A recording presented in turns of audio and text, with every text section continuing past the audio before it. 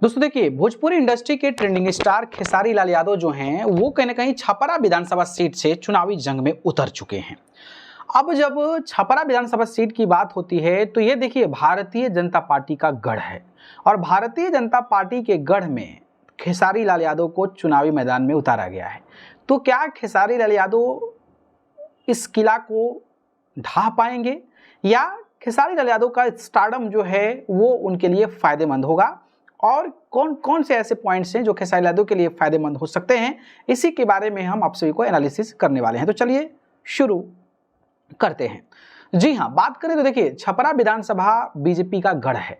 पिछले 15 वर्षों से इस सीट पर जो है भारतीय जनता पार्टी का कब्जा है, लेकिन 2025 के विधानसभा चुनाव में इस सीट पर बीजेपी का पिछले 15 वर्षों से कब्जा है।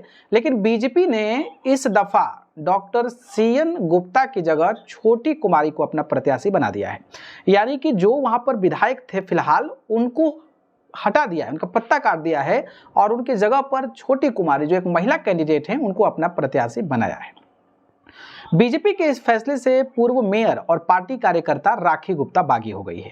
अब राखी गुप्ता एक बहुत ही बड़ी दिग्गज नेत्री रही हैं और वो लगातार जो है भारतीय जनता पार्टी के साथ जुड़ी रही। दबदबा वाला नेता नहीं होता है कि हमारे क्षेत्र में, उस टाइप की नेता रही हैं जो कि बागी हो गई हैं, यानी कि बीजेपी से बगावत कर लिया है। राखी गुप्ता अपना नाम कटने की सूचना मिलते ही बागी तेवर अख्तियार करते हुए बुधवार को निर्दलीय नामांकन कर दिया। तो जो देखिए बीजेपी का जो दिग्गज नेत्री हैं, एक बहुत बड़ी नेत्री हैं, उनका टिकट काटा गया तो उन्होंने निर्दलीय नामांकन कर दिया। इधर आरजेडी ने भोजपुरी फिल्म अभिनेता खेसारी लाल यादव को अपना प्रत्याशी बनाया है, जबकि जनसुराज ने पूर्व आईपीएस अधिकारी जयप्रकाश सिंह को अपना प्रत्याशी बनाया। तो देखिए बीजेपी के लिए यहीं पर दिक्कत है। दिक्कत यह है कि जो विधायक था 10 साल से, उसका टिकट काट दिया गया। तो ये एक क्षेत्र में कहीं ना कहीं बातें गई होगी कि देखिए इनके विधायक कैसे हैं जो काम नहीं कर पाते हैं, इनका टिकट काट दिया जाता है। ऊपर से जो नेता को टिकट मिलना था वो नेता को ही साइडलाइन कर दिए, उस नेता को टिकट ही नहीं दिए और वो भी अब निर्दलीय चुनावी मैदान में उतर गई हैं और छोटी कुमारी को अपना उम्मीदवार बनाया गया है।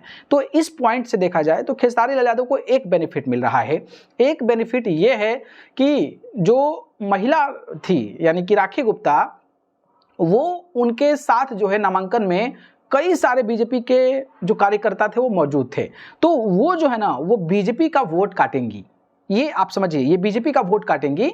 और जो छपरा विधानसभा सीट है वहां पर गुप्ता यानी कि जो जायसवाल गुप्ता जो होते हैं जो ये दुकान वगैरह चलाते हैं, तो उनके वोटों में सेंध मारेगी। और छपरा जो है उन्हीं का गढ़ है। सीएन गुप्ता पहले विधायक थे, आप सोचिए, विधायक से पहले छपरा के, तो ये कहीं ना कहीं उस वोट बैंक में जो है वो सेंध मारेगी और बीजेपी के जो लोग इनके साथ थे, जो हमेशा से इनके साथ थे, वो भी कहीं ना कहीं कटेंगे, जिसकी वजह से यहाँ पर जो है खेसारी लाल यादव को बेनिफिट दिखता जो है वो नजर आ रहा है। तो ये एक पॉइंट हमें नजर आ रही है।